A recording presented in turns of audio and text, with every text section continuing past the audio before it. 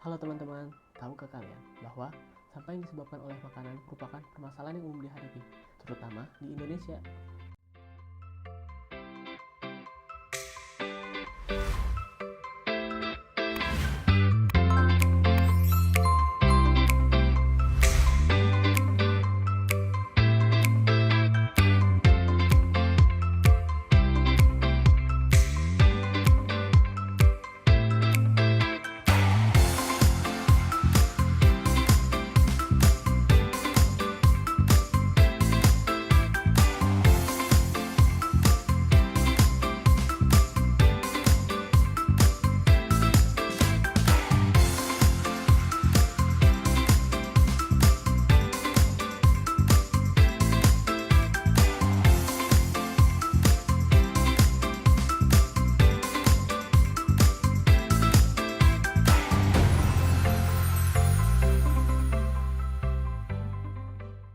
Tahukah kamu jika sampah makanan berdampak negatif terhadap lingkungan?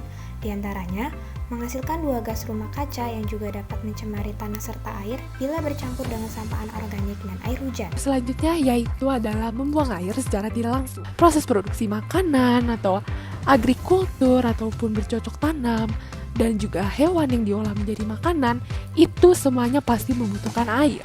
Nah, untuk dampak selanjutnya adalah membuang minyak bumi secara tidak langsung. Itu ketika membajak sawah, petani tentu saja menggunakan traktor. Dan traktor ini menggunakan bahan bakar atau minyak bumi. Nah, untuk dampak selanjutnya adalah menyanyiakan tanah. Tanah sebagai lahan produksi dan juga tanah sebagai tempat pembuangan sampah. Di mana semakin banyak sampah, tentunya akan semakin banyak pula tanah yang digunakan untuk pembuangan sampah. Selanjutnya, membahayakan biodiversitas. Misalnya, banyak ikan yang terbuang di samping banyaknya kebutuhan berakibat pada galaknya pemburuan.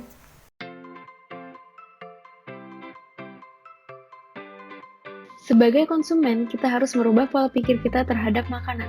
Sesuaikan apa yang kita beli dan apa yang kita ambil dengan kebutuhan, bukan dengan keinginan.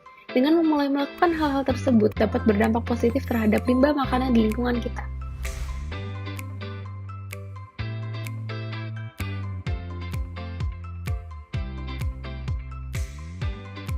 Makanan yang disimpan sebaiknya dalam bentuk mentah atau belum diolah untuk menjaga kualitas makanan tersebut.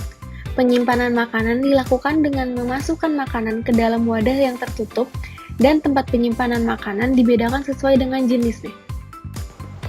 Dalam mempersiapkan bahan makanan ketika akan dimasak, persiapannya harus efisien, sehingga tidak banyak bagian yang terbuang dari bahan makanan tersebut. Contoh proses mempersiapkan bahan yang harus diperhatikan adalah seperti pada saat menguliti wortel, kentang, dan umbi-umbian, serta memilih bagian sayur-sayuran yang akan dimasak. Begitu pula dengan proses memasak. Proses memasak harus dilakukan seefektif mungkin dan harus diperhatikan agar makanan tidak gosong. Selain itu, masakan juga tentunya harus dibuat seenak mungkin agar anggota keluarga yang mengonsumsi makanan tersebut akan memakan habis hasil hidangan yang disajikan sehingga tidak ada yang mubazir. Proses konsumsi makanan merupakan hal yang paling penting dalam upaya pengelolaan sampah makanan. Setiap anggota keluarga perlu mengambil makanan dengan porsi yang secukupnya dan tidak berlebihan agar lebih efisien dan tidak akan ada makanan yang terbuang. Makanan yang tersisa dapat diberikan kepada yang membutuhkan dalam kondisi yang layak.